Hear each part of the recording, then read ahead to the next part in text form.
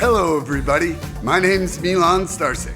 Welcome to Freedom Rising, a podcast dedicated to empowering individuals on the journey to personal growth, lasting serenity, and freedom from addiction. Tune in and join the movement. Your journey to freedom starts here. You know you are welcome anytime. Hey, everybody. Welcome to the 24th Recovery Freedom Rising podcast. We're here to grow in our journey together.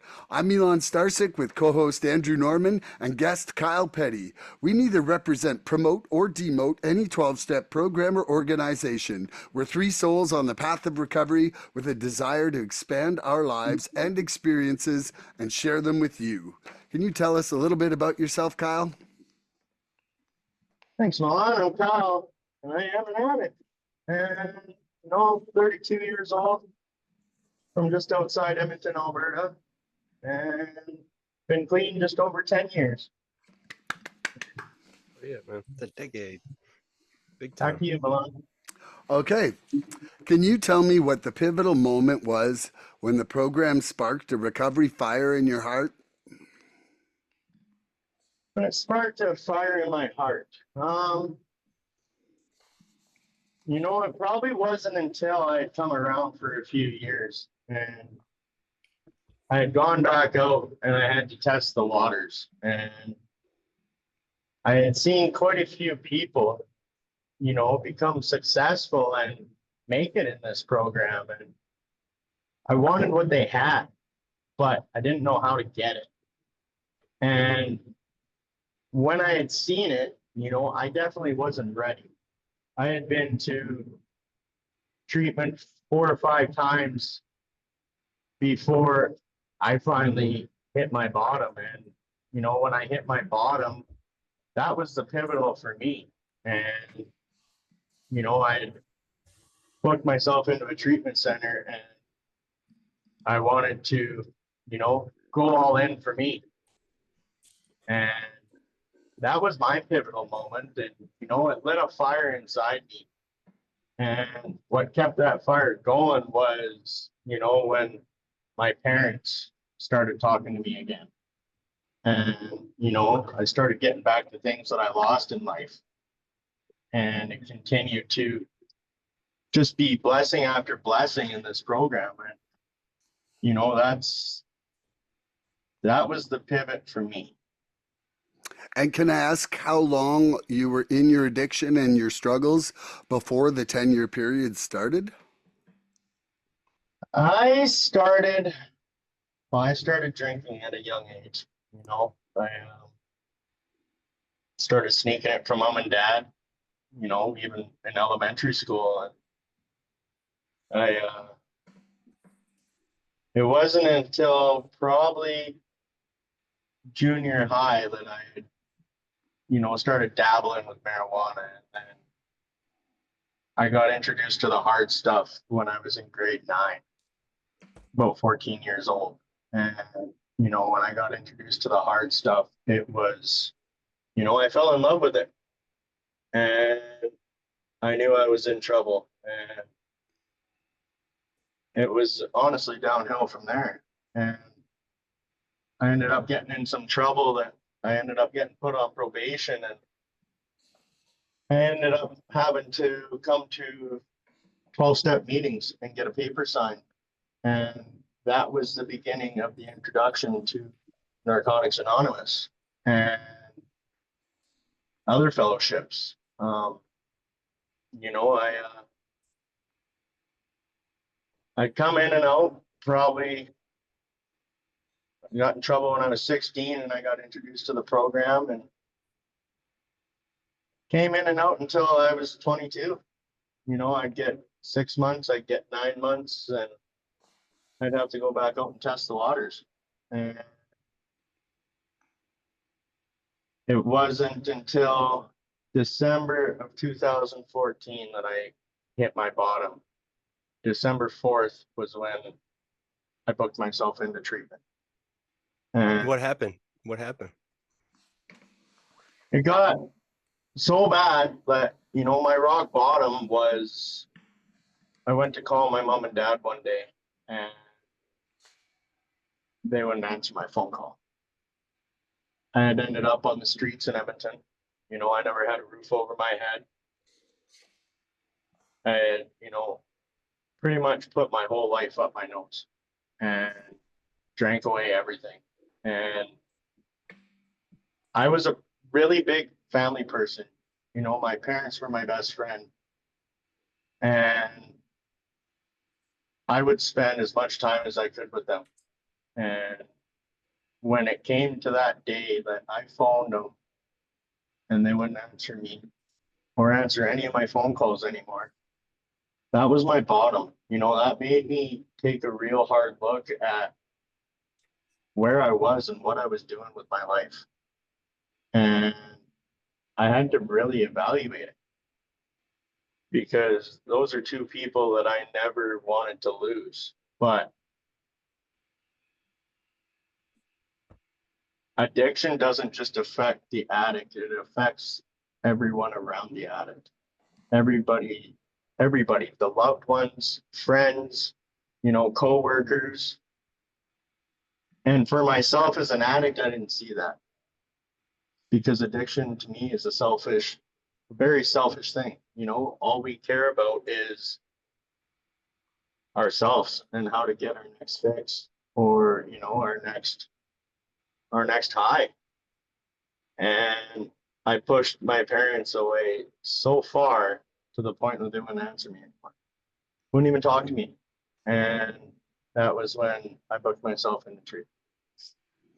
And had they tried to help you out at some point earlier in your addiction and you pushed them away? Multiple times. Um, So it was an they were action reaction thing. They weren't just sweeping you off the porch. They probably were absolutely not. frustrated and heartbroken themselves, eh? Oh, absolutely. They had, you know, I had, I was fortunate enough to go to private treatment centers, and it was my mom and dad that put me there. And I would continue to disappoint them every time I went back out. And, you know, the lying, the cheating, the stealing, and, you know, telling them what they wanted to hear and, you know, just lip service. So it got to the point that apologies didn't mean anything anymore. You know, the word sorry, that was just another word. And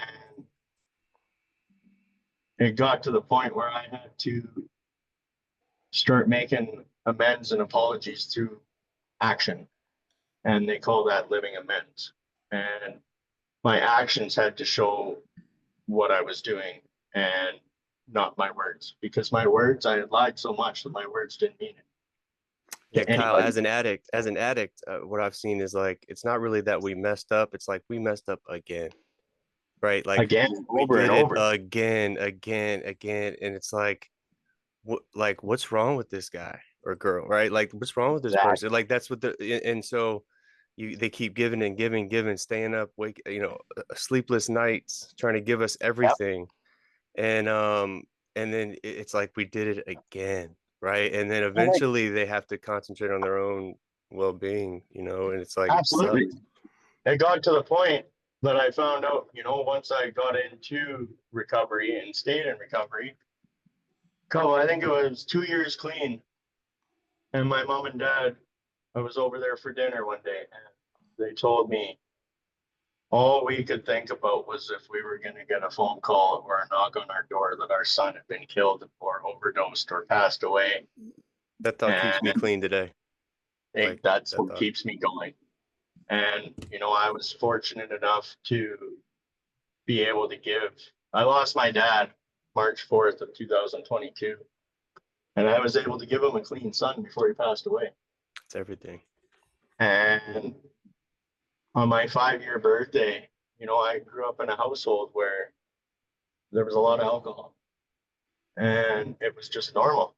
And I was introduced to it at a young age, a very, very young age.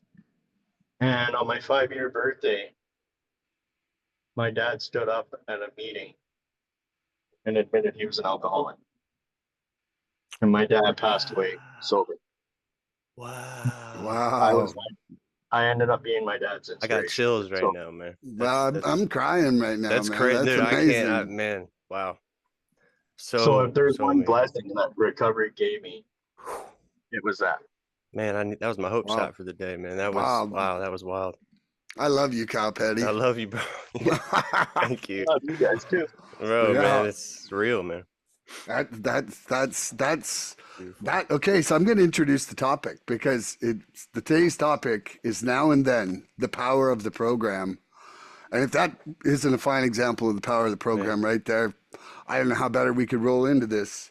yeah. So let's roll into this. What would this, when I say that sentence, now and then, the power of the program, what does it mean to you? Maybe we'll start with Andrew because Kyle just went, and then we'll go around. Andrew? Sure. Yeah, yeah. So, well, the power of the program, then and now. I mean, I'm coming up Now on and about then, because we're now and we're living in the present. right now and then, now and then. Obviously, I'm coming up on 3 years clean, so I can kind of put it in Yeah. a perspective of um what I had heard about this program versus what it really is. I had looked at this thing when people were trying to force me into this, which I'm grateful for those people trying to do that because it was a loving act they were doing. I thought it was a cult, right? I thought it was some kind of secret society, right? We spoke on this on one of the last podcasts, Milan, that if you ask really anybody outside of our fellowships what NA and AA means, they're going to say not applicable in American Airlines, right? Typically, right? They have no idea what it is. And I would find myself in detoxes, and the basic text would be laying around, and I would read a little bit of it, right? And it never clicked with me. So I'd heard that this is where you're going to get long-term recovery. And what was recovery to me at that point? Right. Well, I didn't even know what recovery was. Like, I mean, I didn't even really understand the terms of that word. And So once I was able to really, microwave the story into me finding these rooms, that when I was in treatment, that's not recovery, right? Recovery, that's treatment, right? You go to treatment, you go to inpatient facility or whatever, but treatment is once you leave that facility, right, and those doors close and they lock. That's whether you're going to go back out to the easy way of life, that what fuck, go back to what you were doing, or you're going to get and try to adapt into some kind of new way of life, right? And that's when recovery starts. And so when I was finally able to get into this fellowship and really sit back and listen and watch people and see that there were people that had everything that I wanted and going through way worse shit than I was, and they were staying clean, and they had a smile on their face, and there was camaraderie in the room, and it wasn't like I wasn't an outsider from day one. They made me feel just as special as the person that was chairing the meeting at that point. Um, I've been in an in-person meeting where they pick the guy up and carry him around the room because he came back, right? Woo! Like I want to go there. this is a special program, man.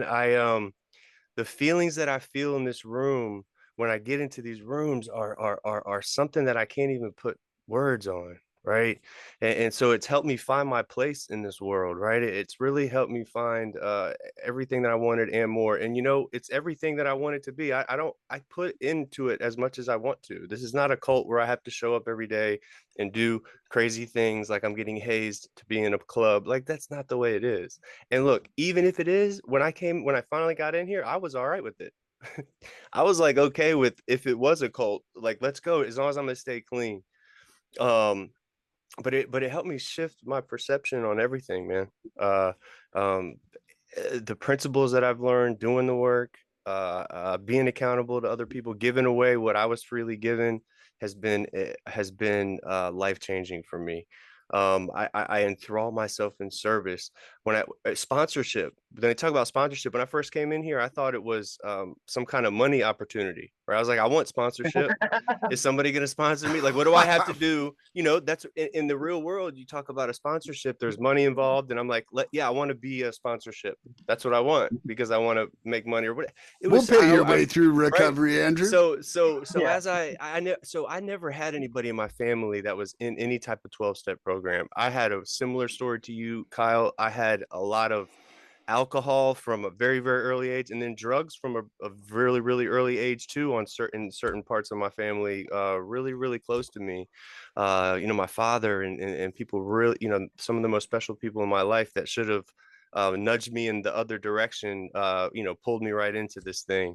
And so, man, it's beautiful to be able to know what this is, man. It's taken a lot of work and a lot of pain, and a lot of getting over those fears because I didn't have anybody in my ear going, "Hey, man, there's this, there's this, there's." I didn't know about this until I had to just burn the fucking thing down. And what do? As I sit in these rooms and I just soak it in until I'm able to talk again, right, and love myself, and put a little bit of stock in myself again, right, and do a little work in myself because I have a little bit of compassion not only for other people, for myself finally. And man, it's the polar opposite of what anybody might be thinking that this thing is, right? You can, you know, it teaches you that as I only need myself, you know, belief in myself, belief in a higher power, something other than me. It doesn't have to be a deity or something that looks a certain way. And one other person, I can stay clean the rest of my life, Kyle. And like sign me up. Right. And I don't got to pay any money to get in these rooms either. I was reading about the seventh tradition. We don't pay any a dollar. We're not asking for money at the door here, man. Like I can come in here and get recovery and stay clean 1-2 hours at a time if I need to. Get numbers while I'm in there. You know, I'm in a room full of hope dealers now. I choose not dope dealers, but hope dealers, right? That's what we are in these rooms. Um, 100%. and it's just a marvelous thing. It's so much more positive than anything I could have ever thought. But then I go back to, was it just my thought process, right? Because I was sick, right? You know, I was actively using drugs. I have a disease. I have a disease way of thinking. Was it just my thinking about it, right? I don't really know, don't care, because I'm here now, right? I'm here now. You know, So like I'm so grateful because people come to me from my family, people outside of my family, people that people know in my family, and I'm kind of like that lifeline of like, hey, we might need to give this person a basic text because you know we might, you know, just to be an avenue, man, just to be an avenue of that message of hope is all I can ask for. I mean, I'm a vessel today. I'm a vessel today, right? Um, yeah. So that's a great question, Milan. I thank you for asking me. Do you want to go, Mr. I Kyle? think Mr. Kyle Petty, would Let's you do like it. to give us a now and Love that then the shirt too, power of the man. I love program? that damn shirt, man. I sure. like it. Yeah, when I came into the program, I didn't know what to expect. You know, my first meeting I went to, I walked down the stairs to the basement of a church, and all I could hear was laughter. And I was like, what am I getting myself into? You know, I was in one of the darkest places I had ever been. And these people have, you know, the audacity to laugh and smile. Like I didn't even know how to smile anymore at the point I got to. And it was one of the weirdest feelings. And I had somebody come up to me because they could tell that, you know, I had looked like I was a drowned rat. You know, I was like skin and bones. And there was, you know, I looked like, I guess the best way to put it, I looked like the whole, every ounce of life had been drained out of me. You know, I had no color in my face. I had black eyes. And somebody walked up to me and said, we'll love you till you learn to love yourself. And I just started crying, you know, because over the years of being an active addiction, I couldn't even look in the mirror anymore. You know, I didn't even know how to love myself anymore. I couldn't smile. You know, I had been in so many fights and, you know, hockey, sports, fighting in the bars, and then drug abuse on top of that, that was another thing that I felt so guilty and shameful for was, my parents spent thousands and thousands and thousands of dollars on my teeth and my smile. And I couldn't even smile anymore.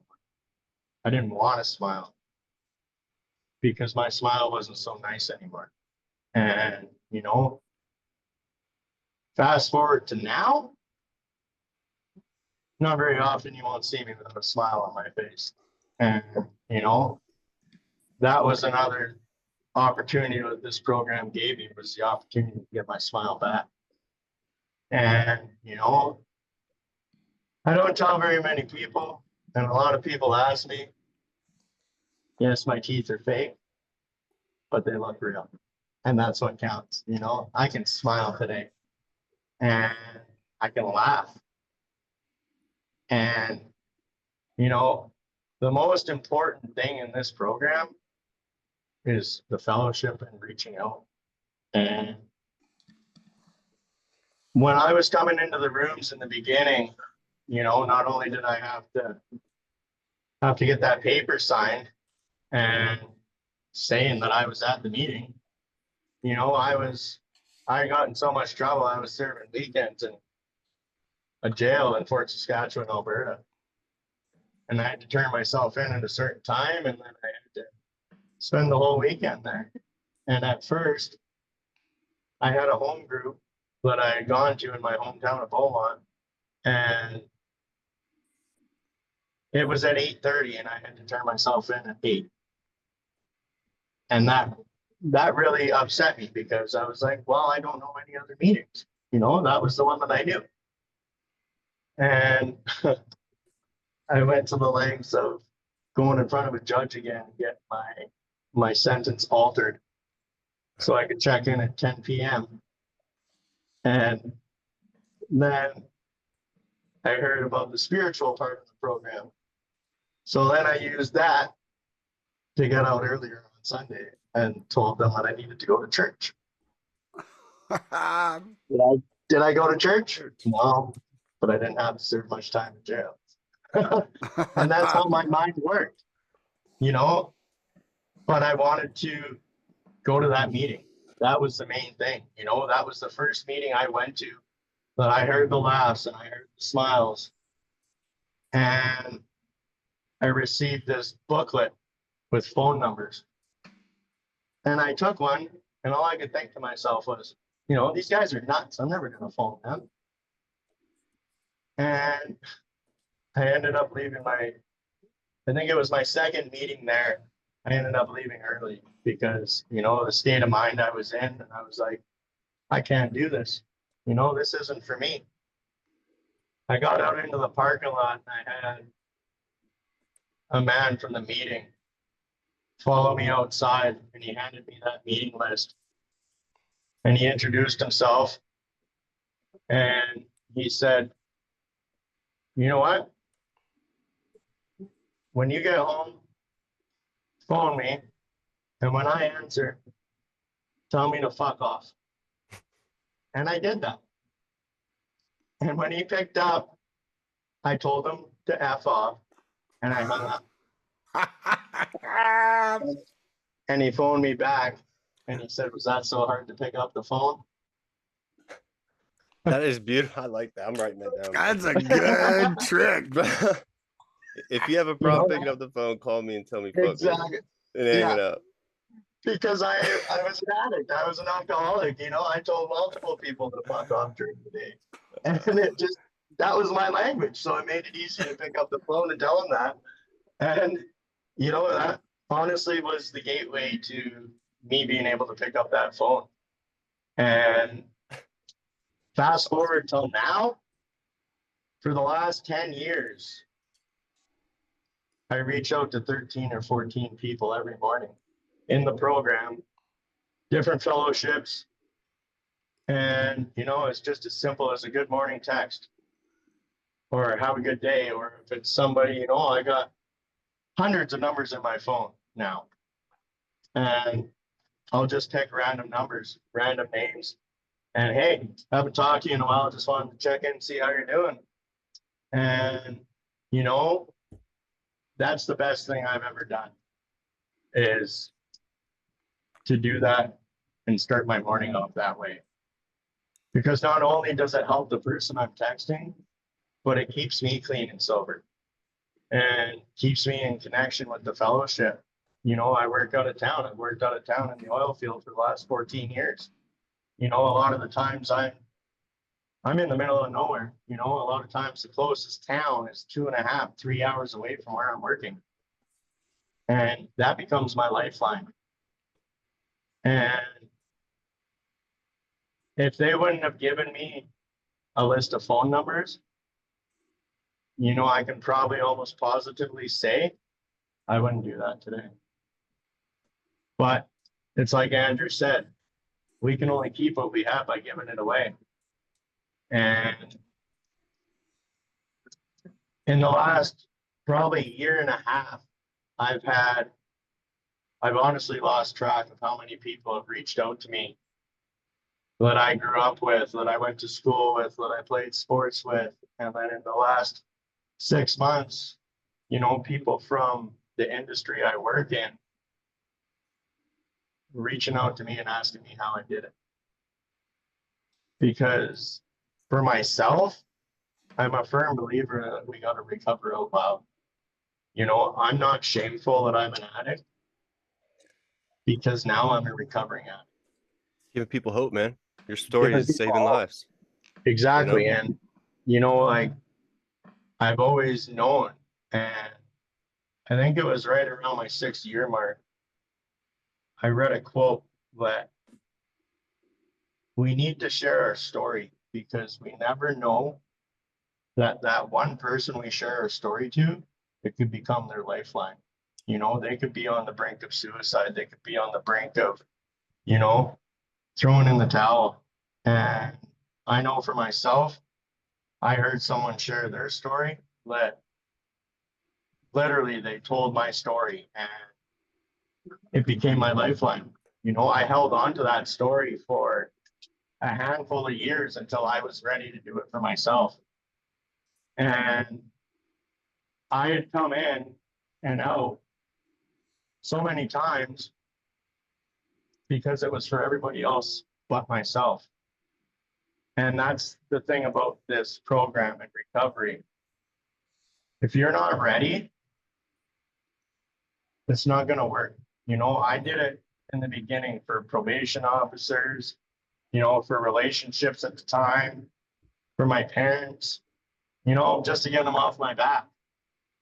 But until I hit my bottom and I was sick and tired of being sick and tired, that I was ready to get clean and get my life back. And I've had multiple people reach out to me. And, you know, there's still some to this day that, you know, I stay in contact with, I talk to them, and I'll get a text, hey, I relapsed. I'm like, tomorrow is a new day, you know? That's right. That's right, man. We- They say the we opposite have- of our addiction is connection, right? The opposite of Exactly. our addiction is connection. And I went in and out so many times, but I never lost connection with the people on the program. And that's what made it easy to come back. And, you know, I'm fortunate enough that I went in and out enough times that I met hundreds of people. And I had that connection with so many people that it made it easy to come back when I got out of treatment. And I knew what meetings I wanted to go to. You know, I was fortunate enough to go to a treatment center in central Alberta that was based around the 12-step program.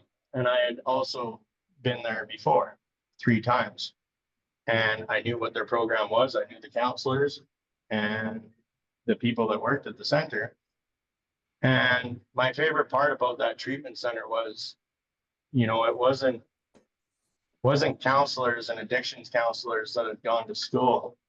It was people like you, me, Milan, that had been through it. You know, they walked the mile in our shoes. They knew what we were dealing with. You know, there was so many times that I'd go to talk to them and I didn't even finish what I was saying, and they already knew what I was talking about. It works because they're not doctors, Kyle. I've mentioned that a Absolutely. lot. Like it's the even if they are doctors in this field, that's not their role here, right? And Absolutely. and we sing from this same hymn book of this literature, right? And it says you hit a point that was so really so important. I just want to bring it home. You said when you heard that share, right? It made you feel a part of, right? You heard your story, and I hear that all the time.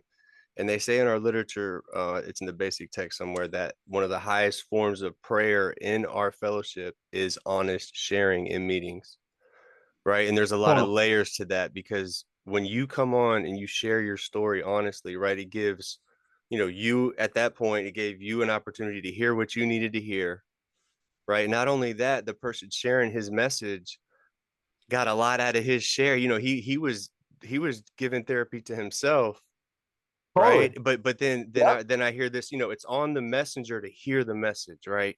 It's not on the And person and giving the share the message to message. to to, to deliver the perfect message to everybody. They just need that honest sharing, right? It allows our hearts Yeah. to connect, right? You didn't even know that guy, but you were in I that didn't have a meeting, clue. and he was singing to you, right? It was poetry to your ears, and it allowed your heart to literally go right into, it allowed it to bump with his, and then it made you feel warm again, right, in a place where you were probably cold, right? It made you feel at home when you felt like, where the hell am I?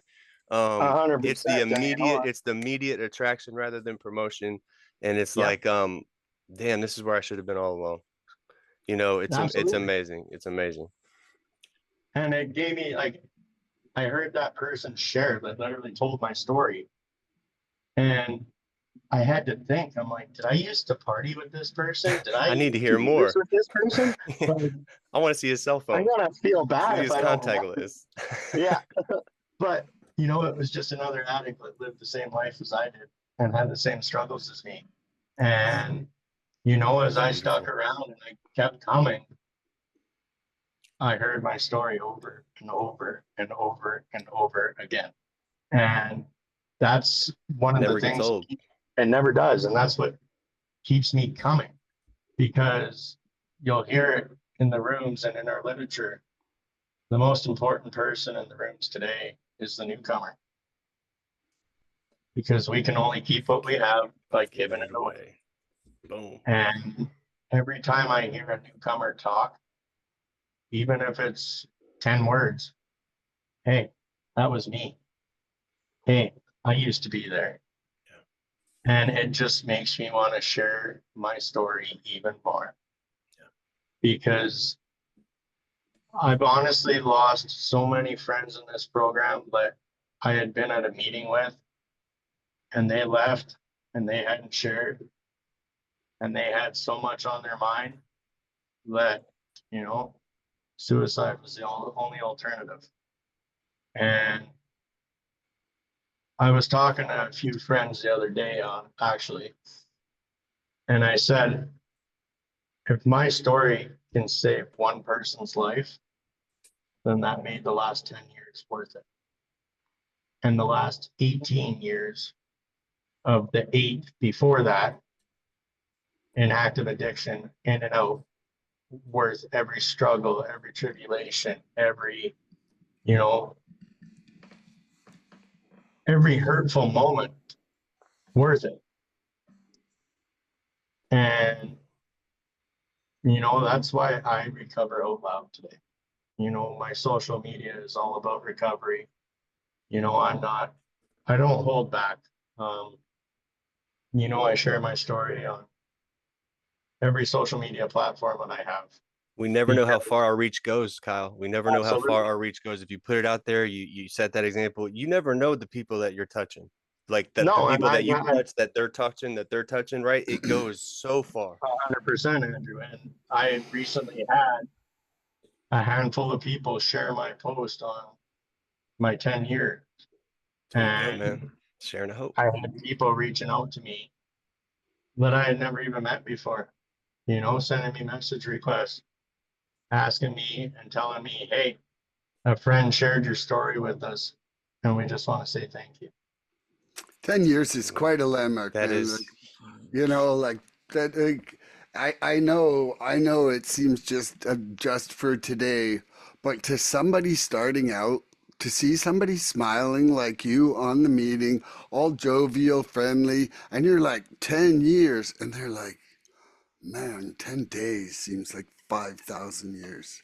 Literally, like 5 days felt like too many. And you're not coming to the meeting to just say, "Hey, I'm here 10 years." Like you're coming to the meeting because you need this as medicine still. This is how I know I'm in the right place, Kyle. Right? Like I know I'm in the right place because of gentlemen like you that come to these meetings and share. Man, we were in a meeting, what is it, an all-day meeting on Christmas, like a hot marathon Yeah, meeting. I 12, think I heard you 12-hour share 10 marathon times that meeting. day. I'm Yeah, like, man, that's my man Kyle just stepping in, just lacing every hour on the hour. Look, do you need me twice? I'm here. I'm here. I'm here. Let me pull over. absolutely. It was And there cool, was no man. better way to spend Christmas than No doing that, doubt. No doubt.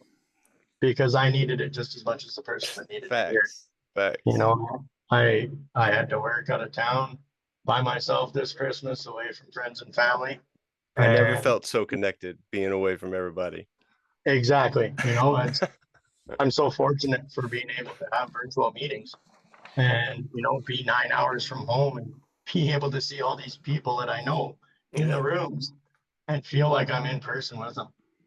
And, I just want to share one more thing. When I got out of treatment in 2004, well, I guess it would have been 2015, because I booked myself in December 4th, and I purposely booked myself in for Christmas and New Year's, because I had got my rock bottom was so low that I didn't know rock bottom had a basement. And I knew that if I spent one more Christmas, or New Year's for that matter, I probably wasn't going to be sitting here today. And that's a fact. And I had to do it because it became life or death. Mortality motivation, right? Mortality Absolutely. motivation, really. Yeah. Because if I spent that New Year's at the road I was going down, you know, not even being able to look at myself in the mirror anymore. I was at that point, I was ready to throw in the towel, but I was just waiting for the perfect moment. And, I had tried to take my life twice previous. And, I had lost 3 friends to a drunk driver, and all I could think about was, why them and not me? And, I wear a wristband with their 3 names, and it gives me the motivation to keep going, because, that night I tried to take my own life because I had so much guilt and remorse that, I was still sitting here. And, I had lost other people in the program, like I had said, that, I was at the same meeting with them that night, and 2 hours later they were gone. And when I got out in January, I got out February 16th, 2015. No, that's wrong.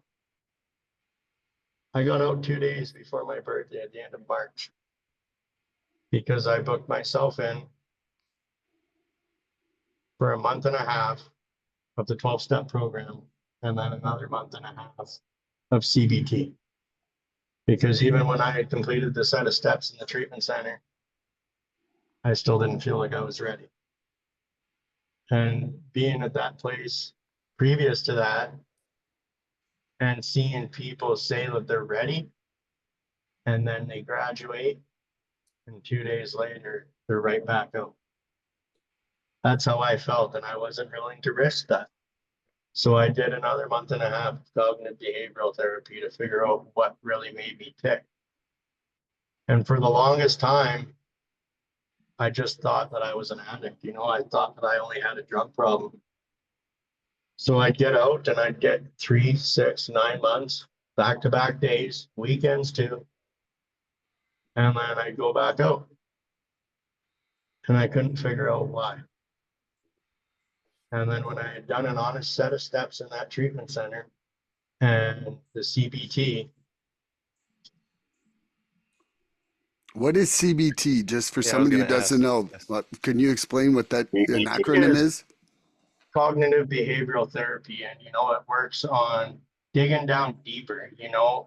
What are your, what makes you tick? And then I found out, I have ADHD, severe ADHD, and 9 out of 10 people with ADHD become an addict at some point in their life, because it becomes so hard to deal with, feelings and emotions. And, It's never know, diagnosed early. it was never I was diagnosed in school, but not by a doctor. It was by the teachers. And, I ended up on medication for it. And I had been, you know, elementary school, so I was the guinea pig. ADHD wasn't really a thing back then. And there was just new medications that had come out. So being from a small town in Alberta, I just ended up being the guinea pig, and they tried me on multiple medications. And, it's funny when you look back on it, but the only medication that worked was Ritalin. And for those of you that don't know what Ritalin is, it's the pharmaceutical version of cocaine. And I was on Ritalin for quite some time. And I went from being a failing student to being an honor roll student. And when I ended up in high school and got introduced to the hard drugs and ended up doing the street form of it rather than the pharmaceutical, they took me off of that prescription. Were your parents fighting the medication to get you on it, or were they, as like addicts themselves or drinkers, were they fighting that whole medical process, or were they leaning into No, that? they were supportive of it, because like I ended up going from barely being able to pass grade 3, grade 4, grade 5 to they were like, hell yes, the wonder drug. Let's get us some of that. Let's get us some of that. Yeah, being able to focus in school, finish homework, we need a dump truck full of that shit. Exactly. Build a conveyor to the house and just keep it coming. And they were supportive of it. But then, I look back on it now, and when I was in active addiction, thinking that, I was fooling my parents. That's funny. That is so funny. My drug of choice was cocaine. And yeah. When I wasn't on cocaine, I couldn't focus. I couldn't, I wasn't showing up to work. I wasn't, I was skipping school. I was leaving work early. I was sleeping all day. And then, I would be high and on my drug, and, my parents' house was getting up and down, my up and parents' down, house up was and getting down. clean. I was, I was going to work. I wasn't missing days. I was, I was. Hey, I've got a question. I've got a question. Yeah. I was gonna ask you, Milan, first, and then Kyle, if that's cool. Unless you had a question, Milan, that you wanted to sift to. No, I still haven't done my one for the first one. Oh damn, man! I thought we've been floating it around. I didn't know if we had. I don't know. Let's go. I got off track quick. It's all good. I just wasn't sure that Kyle was done. Yeah, I'll share that one thing that I was leading to, but I got sidetracked. Typical ADHD. But I got it shortly before my birthday, and I had already had a meeting lined up that I was going to, and it was actually my home group in Beaumont.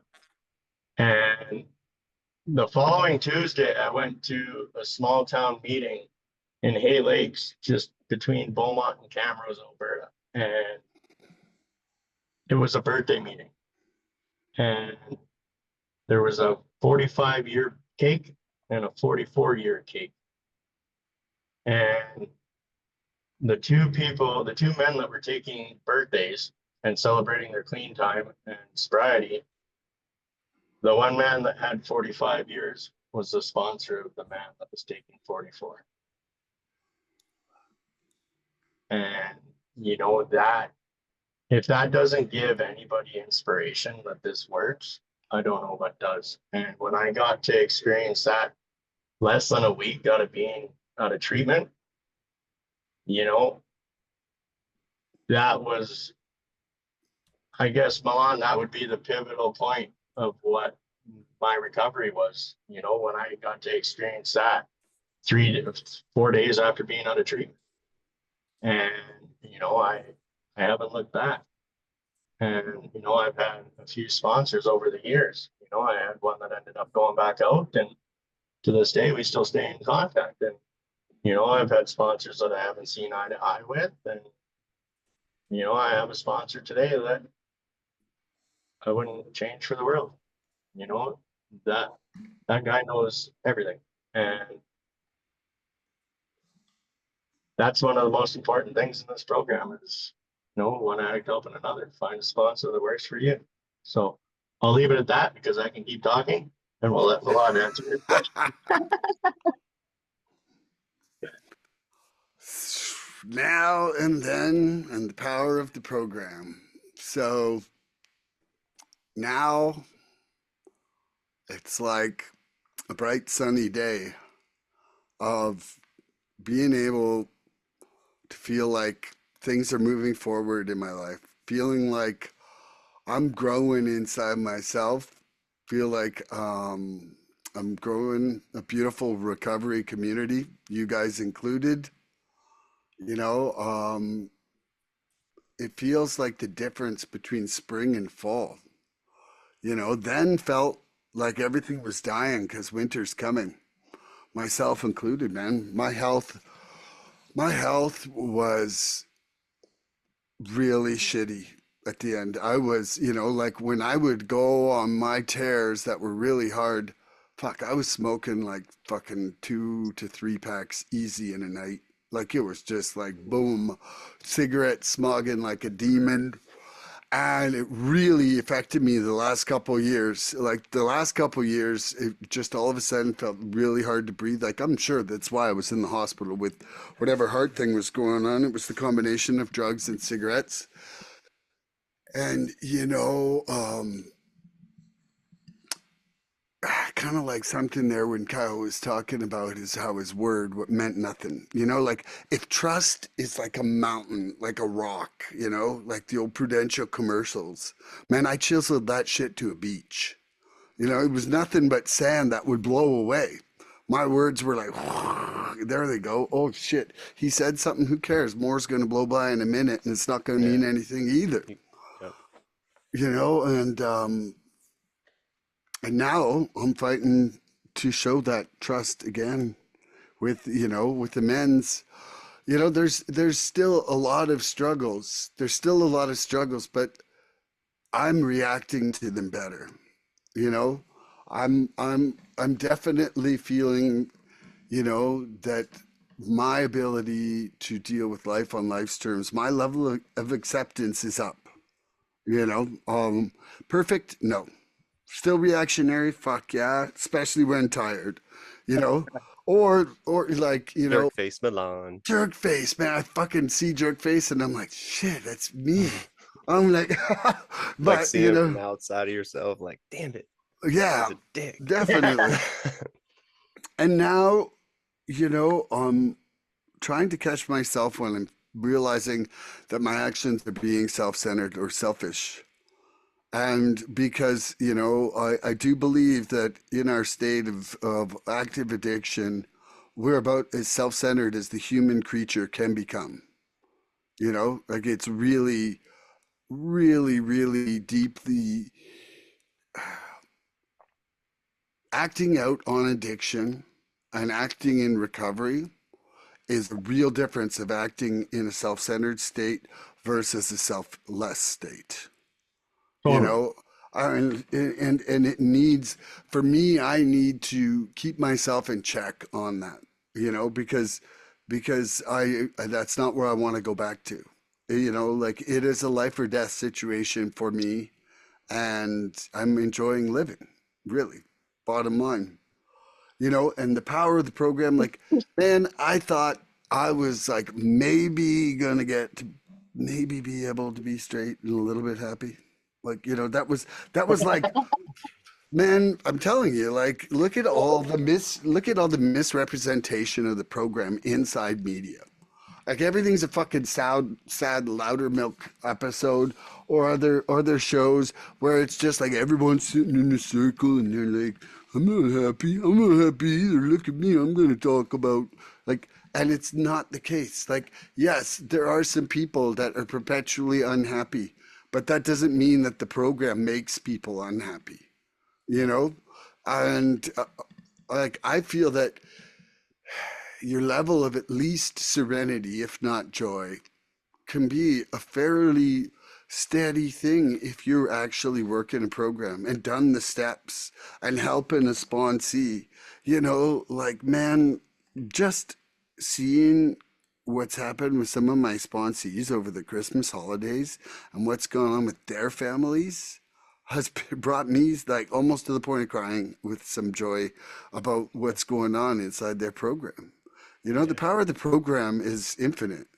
Like, it's not, there's the limit to it is how many years I got left to live and how much work I'm going to put into it.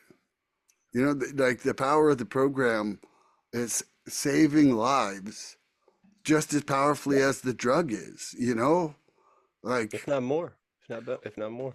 well, the thing is though, it's that like the drug comes to an end losing game. When you die, that's over, right?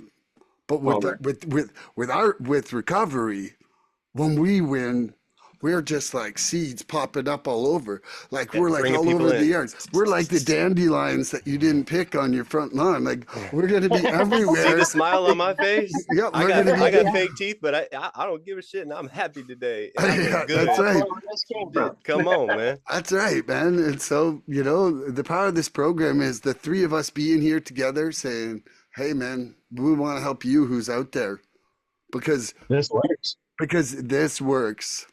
I'm And going to pass Milan, to you, Andrew. why You don't can why ask don't a real question. quick? I was going to ask you, why don't they? That's you brought up a great point. Why, when we see these circle of people in their 12-step programs on in the media and elsewhere, everybody's so depressed. Now, you're right. A couple of people are going to be depressed. There's always a few happy ass people in meetings. Like if they're running it, there's always a few good feeling people. I don't care how small the meeting is, right? Show some happy people in those meetings. I find it like I find it kind of perplexing. It The is. only thing I can think is that The people like making the show have never been there.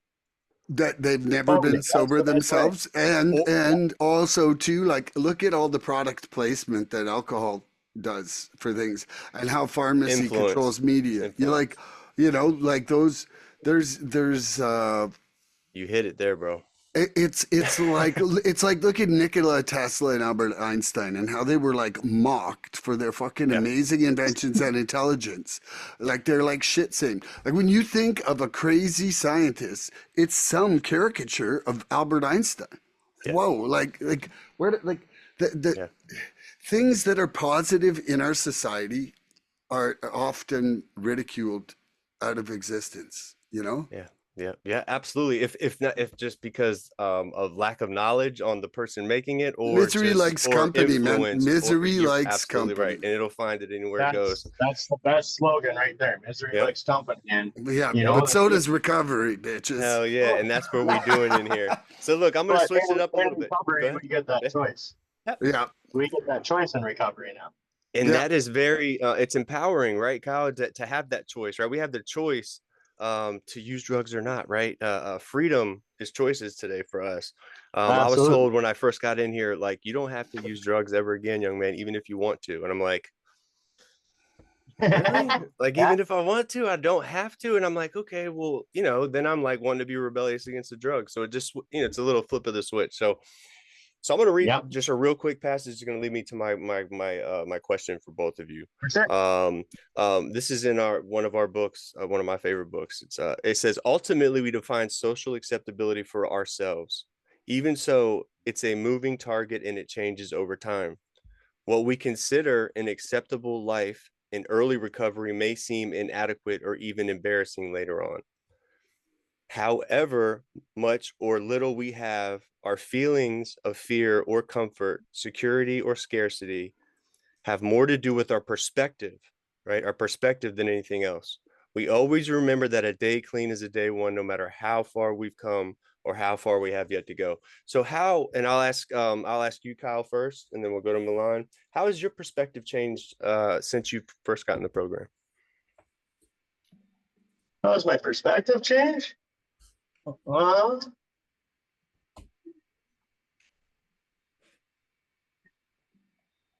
Well, when I first came into the program, I didn't have a whole lot. I had nothing. I went from living on the streets and, not pushing all my friends away to, literally having nobody. And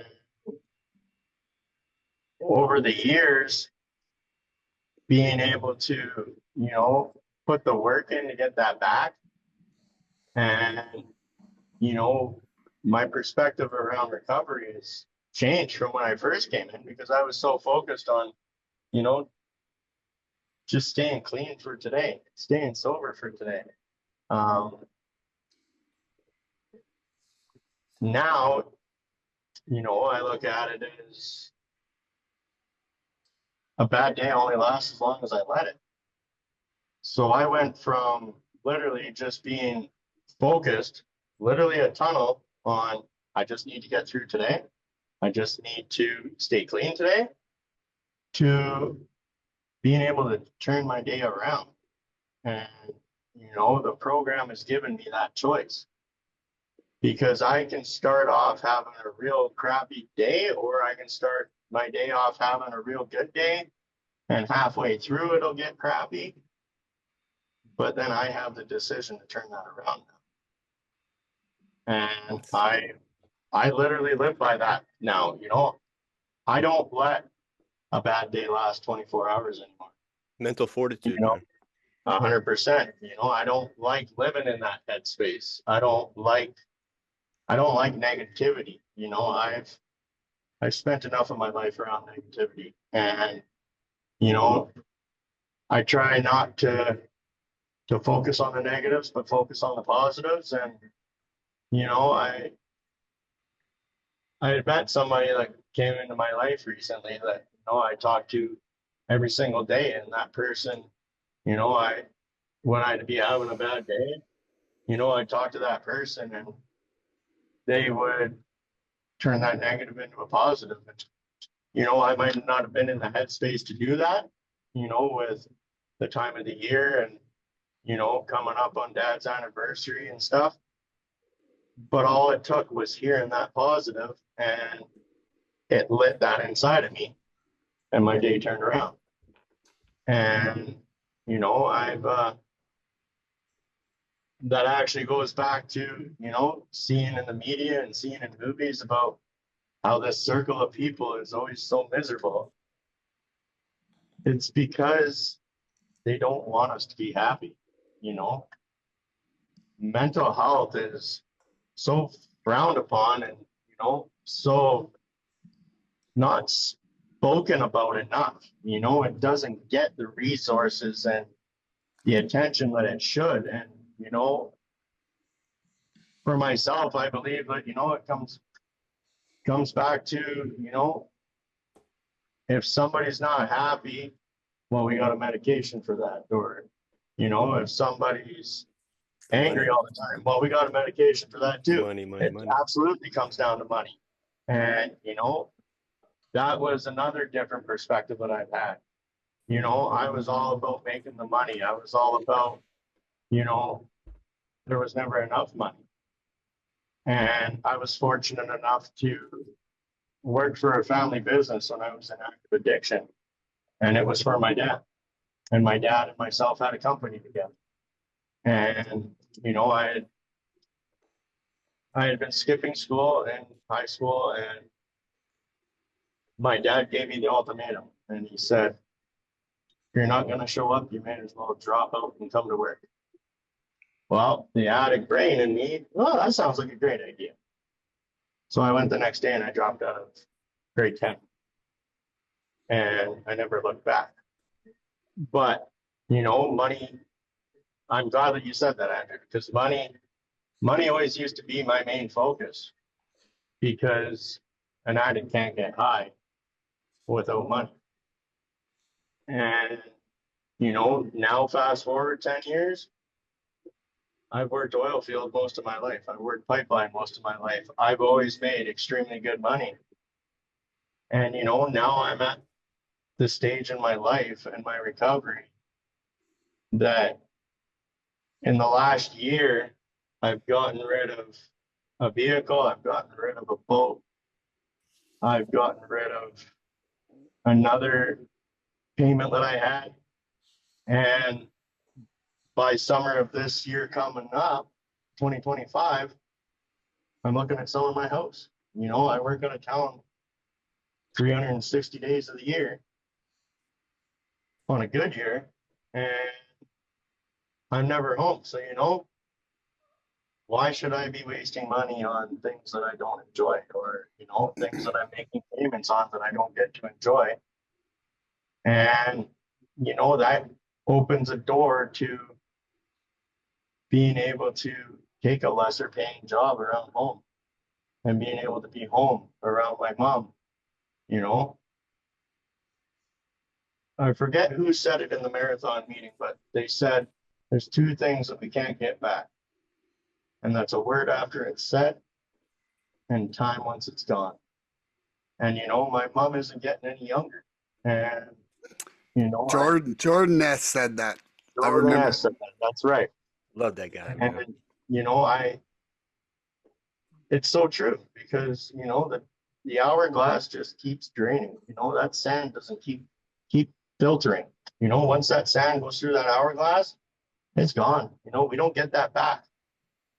And, my perspective around recovery now is I've wasted enough time in my life.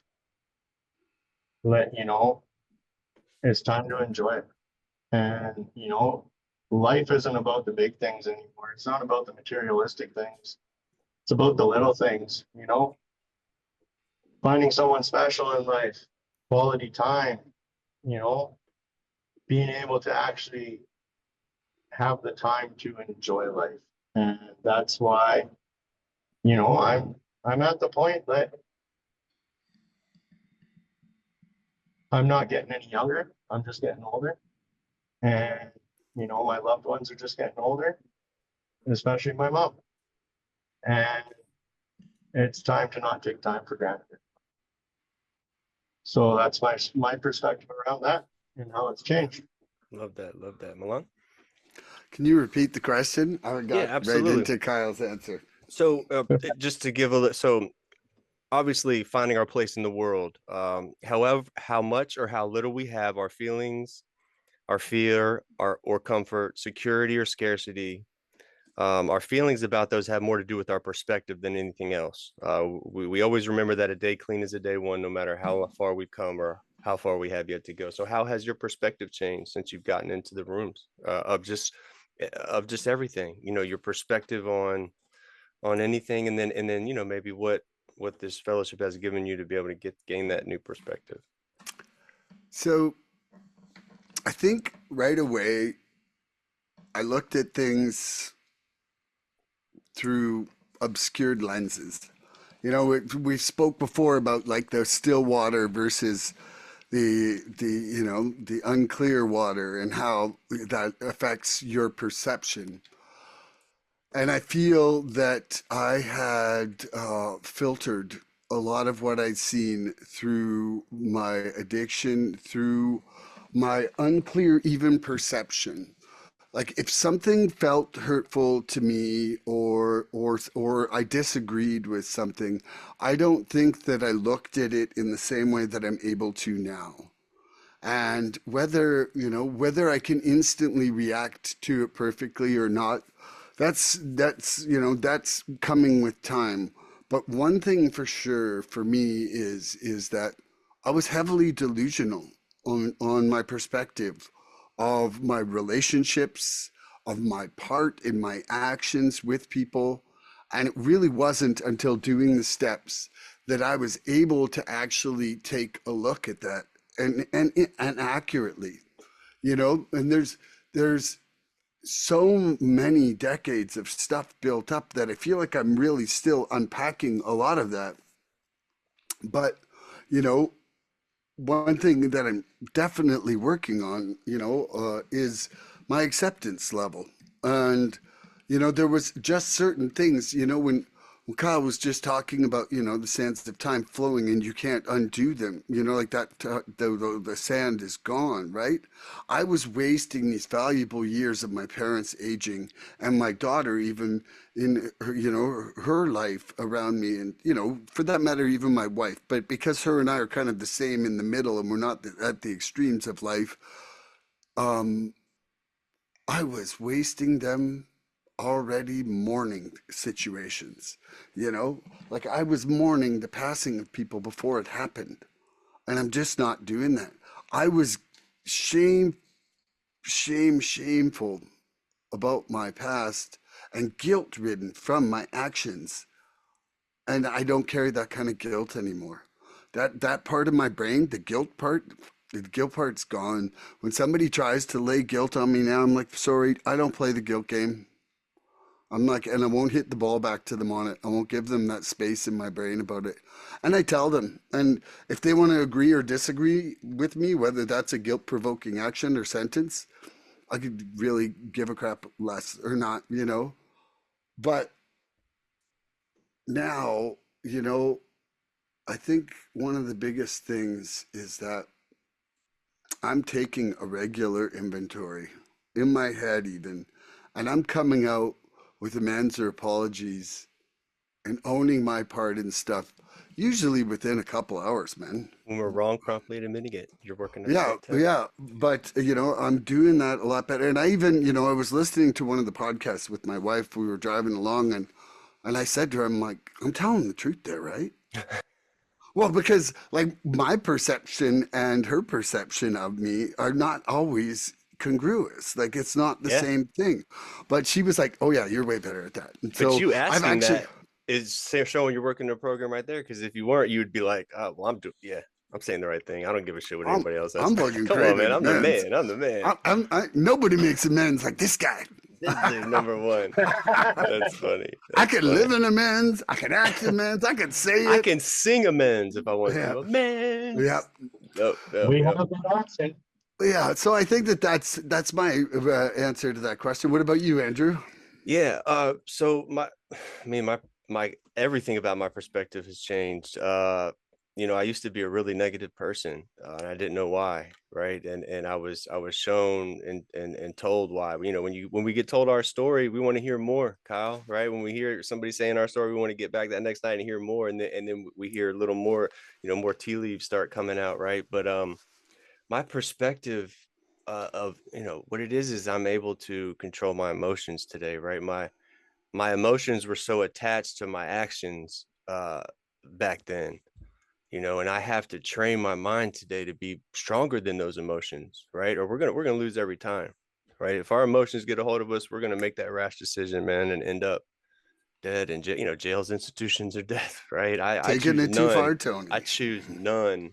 you know and so I got to let go of that attachment to the drama and the bullshit, man, because I was so attached to that drama and bullshit, right? And my perspective on that was that it was my life, right? I would get attached to that drama, and it would become part of my drama and my stress for no reason, right? Now I have a perspective on where I need to go, not where I need to be attached to. Does that make sense? I have a sense of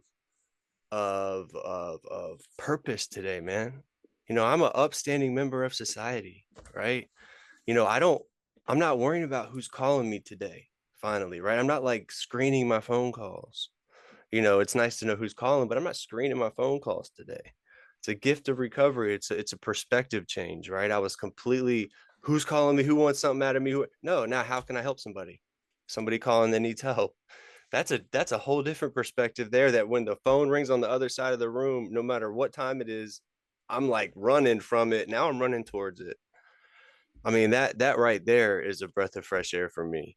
So I know that being, what it does is it allows me to be grateful for the simple things today. And I'm so grateful. You hit on it, Kyle, man. I'm so grateful for the little things today, the simple things.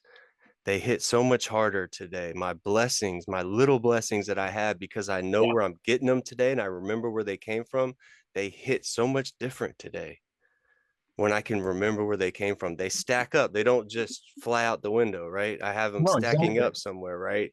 And so, Yeah. it says somewhere in our literature that, God's will for us is to be content, right? Content, being content right where we are, with or without all that shit, with or without the car, with or without the girl, with or without the clothes, with or without the shoes. We're gonna be okay. We're gonna be content. We talked about Yeah. serenity, Milan, that comfortable 6 or 7. I didn't know what that 6 or 7 was. I had to be on 10, 11, 12 all day, right? Or sleep, sleep, sleep, on -10. That's not where normal people are, right? People aren't that, we're not up, up, up, up, up, and then dead, up, up, up, up, up, dead. No, no. Being able to float in that comfortable 6 or 7, in that serene, that serenity house that I want to live in, right? That unconditional love for not only everybody else around me, but for myself. Because Yeah. I'll say this every time, and I didn't have the love when I came. I didn't have love for myself or anybody else when I came in these rooms, and I was given that shit, man. They threw it all on me uncomfortably until I went. I've been doused in it so much. I have to lean into it now, right? It's soaked in Yeah. enough where and you got to clean out too. You can't be doing drugs and think this thing's gonna stick, right? You can't be No. coming in and out of here relapsing. And I don't fault you if you are, because there's no shame in relapsing. The shame is in not coming back. But what I'm saying is, if you want this thing to stick and these things we're talking about, it's not going to stick if you do not keep drugs out of your system for an extended period of time and let that shit get out of your body, because you're You just don't not going to be heal. there. You don't heal. Like, it has taken 15 months and I'm still getting more mental clarity. Like 15 months. I see people new in the room that are like, I've been straight 2 weeks and I'm still not feeling better. And I'm like, you just might need some time. You haven't even hit the pink cloud. He ain't even hit the pink cloud yet, man. Look, wait till that thing hits. Yeah. Come on, man. Come on, It just took stay. me almost it took me almost 2 years before the fog completely lifted and I could, Ugh. Me too. remember It's not things a and joke. things. Yeah. Like we It's we not. do substantial damage. Nerve It's in damage our bone takes marrow. nerve damage takes a year to really start to heal. Yes. Yes. 100%. What is our brain but a series of nerve connections? Right. A lot of our parents were Yeah. using, so our chromosomes were made with those in them, right? So it's Yeah. part of our body Mhm. fabric, man. An It addict is. with not using is in an abnormal state, Kyle. It says that in our literature a couple times. Yeah. So I have to be actively working on the opposite of using, right? Which is this fellowship and you guys, man, and just staying in the group, out of the grip, Yeah. man.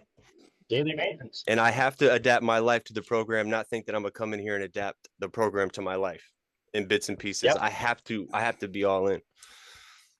Yeah, I realized that I was not good at making my own rules. So just like you can call them suggestions, but for me, it's my playbook. It's like if I'm going out playing football, I don't make up my own playbook and expect the team to know it. Yeah. And No. it's kind of like right now, this is the universe's playbook, and you just give me the plays, man, because it's keeping me in the middle. Yeah. Kyle, did Yep. you come with any questions that you'd like to ask? You could start out by asking me, and we'll go around. I did. Okay, here we go. Yes. When you came into the program, what was it that made you want to stay?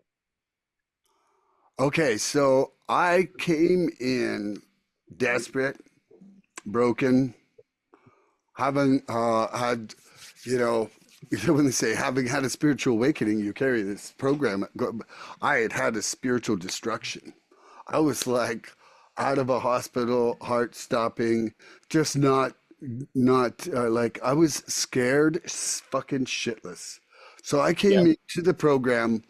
So I came home from the hospital with the most uncomfortable 5 hour drive of my life with my wife, who had flown into Vancouver to come pick me up.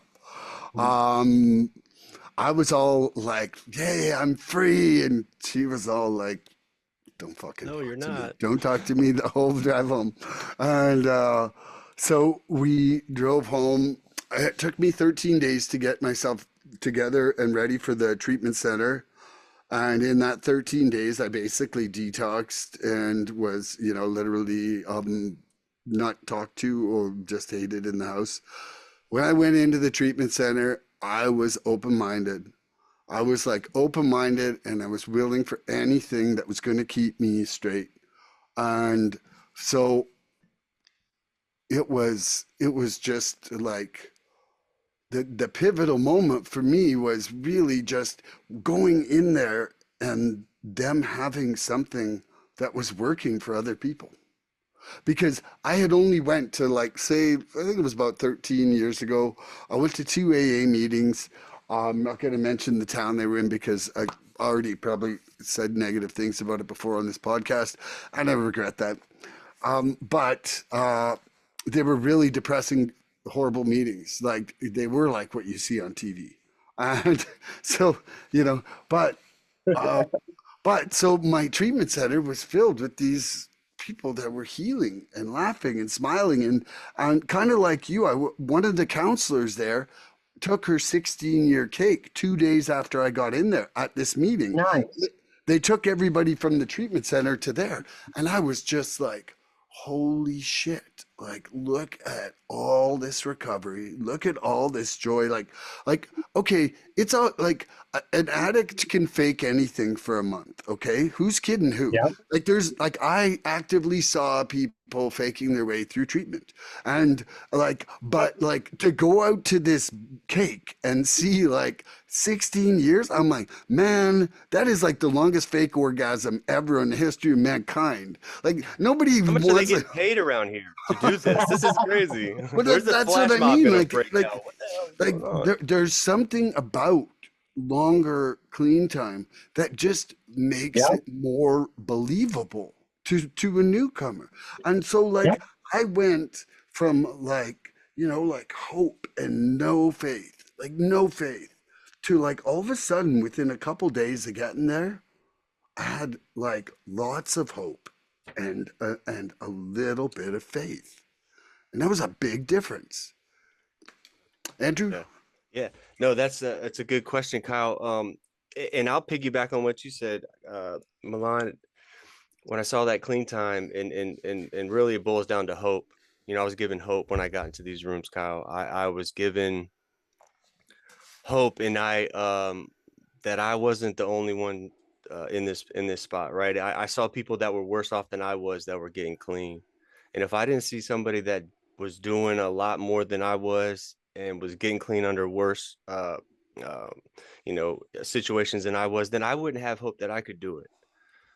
Right. I saw people Yeah. that had been through hell, man, and then coming in and talking about their story. I had H&I come into our facility when I was in inpatient treatment, and this was like a Friday night at 8 o'clock p.m. And there's a group of upstanding gentlemen coming into our facility to talk to 75 addicts and criminals, right? And they got families and shit, right? And they got nice clothes on, Yeah.